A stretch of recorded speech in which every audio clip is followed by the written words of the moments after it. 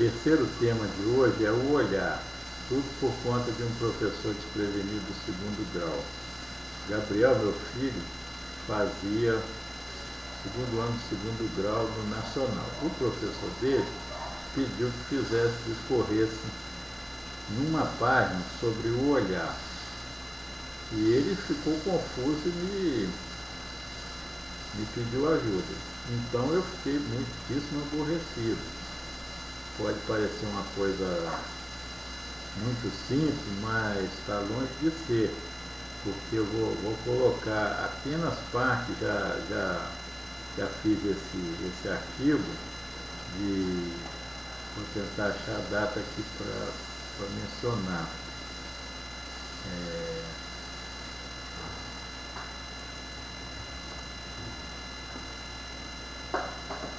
Vamos ver se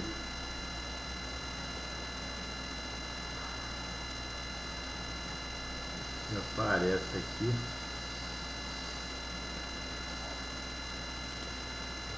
Interessante.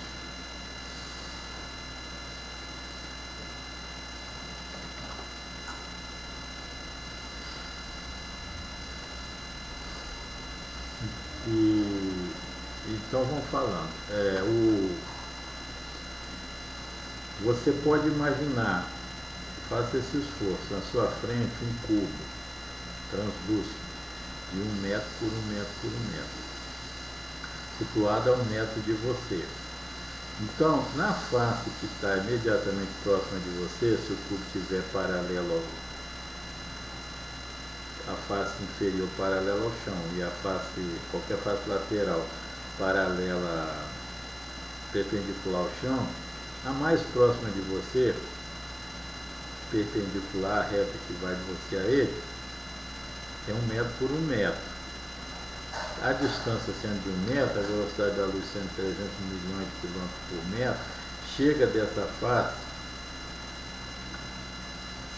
300 milhões de pixels num segundo. Então você vê que seria um pixel quadrado, né?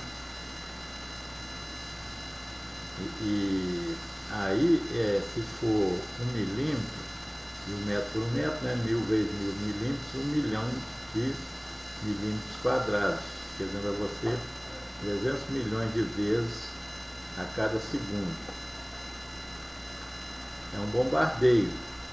E, como já foi dito, existe, vamos dizer, o olho externo, 2 olhos externos e 2 olhos internos. O processo de ver em si mesmo é complicado, porque a gente pisca o tempo todo. Alguns falam 25 mil piscadas por dia, não sei dizer se alguém contou isso, mas em todos os casos existe o mecanismo do olho, é muito fascinante, muito fascinante, porque não é só a íris e cristalino, mas atrás existe a cóclea. O olho, a caneta está nessa posição, o olho vê invertido assim, e o cérebro, o olho do instrumento, o olho externo, ele posiciona assim, você vê assim, e quando ele vai para dentro do olho, ele é colocado no fundo do olho na posição invertida. E o cérebro interpreta para a posição correta. Só que quando essa caneta está, digamos, 1 metro de mim, ela chega a mim, a velocidade de 300 milhões de quilômetros por segundo, 300 milhões de metros, 30 mil quilômetros por segundo. Então chega, a informação chega, a velocidade é 300 milhões, o tempo todo, uma velocidade extraordinária. E chega invertido, o cérebro tem que pegar aquela coisa, é conduzido para o cérebro, por o olho interno, o olho máquina é remetido para o olho programa, o programa decifra aquela coisa, inverte a inversão coloca na posição certa. Só que a cóclea, o mecanismo da cóclea é interessante, ele fica vagando no fundo do olho, e depois tem a questão do ajuste automático. Eu estou olhando para lá, para a imagem na tela, estou vendo com fidelidade, mas se eu olho para a caneta, imediatamente a fidelidade se transporta para a caneta. Se eu olho para o mouse, transfere para lá, para cada coisa, que é instantâneo, é muito rápido. Ao passo que as máquinas de fotografar não são assim, elas demoraram décadas, 100 anos para chegar ao ponto em que o foco é automático, e mesmo assim não é propriamente automático, demora uma fração de segundo. E daí nós vemos que seria interessantíssimo se alguém fizesse essa... iria agradar milhões no mundo. O olhar, o que é olhar? Então, nós temos o olho em si, a esfera do olho, com toda a complexidade característica, depois o nervo óptico que leva para dentro, depois a interpretação incompreensível de tudo isso. Nós temos a visão lateral de ver 180 graus, a gente está vindo em frente assim, mas nós estamos percebendo o movimento dos dois lados. Então tem toda essa coisa. Agora, tudo isso é combinado com a audição, o paladar, o olfato, todas essas coisas. Não vamos falar disso agora, mas agora você pegue o olho em si, além dessa complexidade biológica P2, que é a máquina em si, e o programa básico, você tem a complexidade psicológica P3, que é totalmente diferente. Ela é distinta no sentido de que nós estamos interagindo com as pessoas, mas o que nos faz acreditar que a coisa do lado de fora, nós ficaríamos dias aqui falando dessas coisas, mas não vai ser possível. Agora nós vamos ver só por enquanto é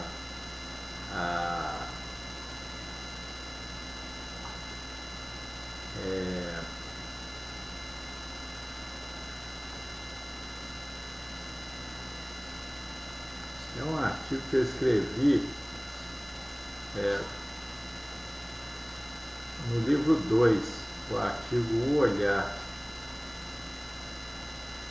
Então, essa aqui é a Escola do Olhar, que é de 9 de agosto de 2006. Então, no livro 2, nós teríamos que buscar o olhar,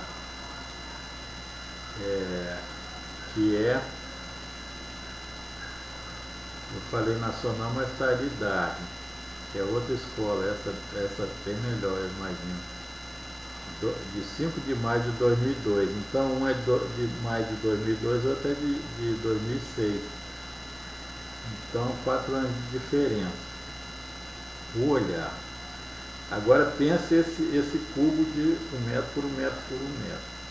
Bom, nós quando olhamos o cubo, nós imaginamos que o cubo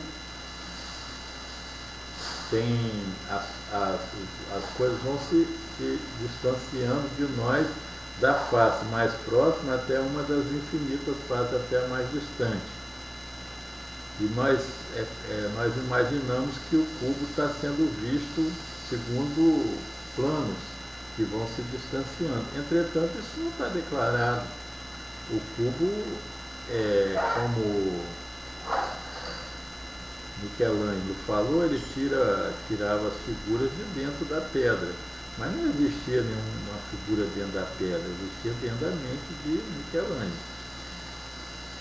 A pedra guarda todas as potências. Se você imaginar que um cubo de 1 por 1 metro, volume de 1 metro cúbico, ele poderia conter o universo inteiro, se o universo fosse reduzido matematicamente para caber. E aí, onde estão as coisas?